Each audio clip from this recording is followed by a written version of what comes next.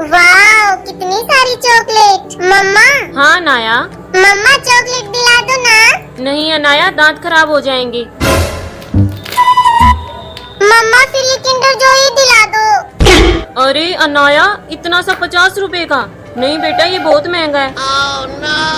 मम्मा तो कुछ भी नहीं दिला रही, पापा को ही बोलना पड़ेगा। पापा, मम्मा तो मुझे कुछ भी नहीं दिला रही।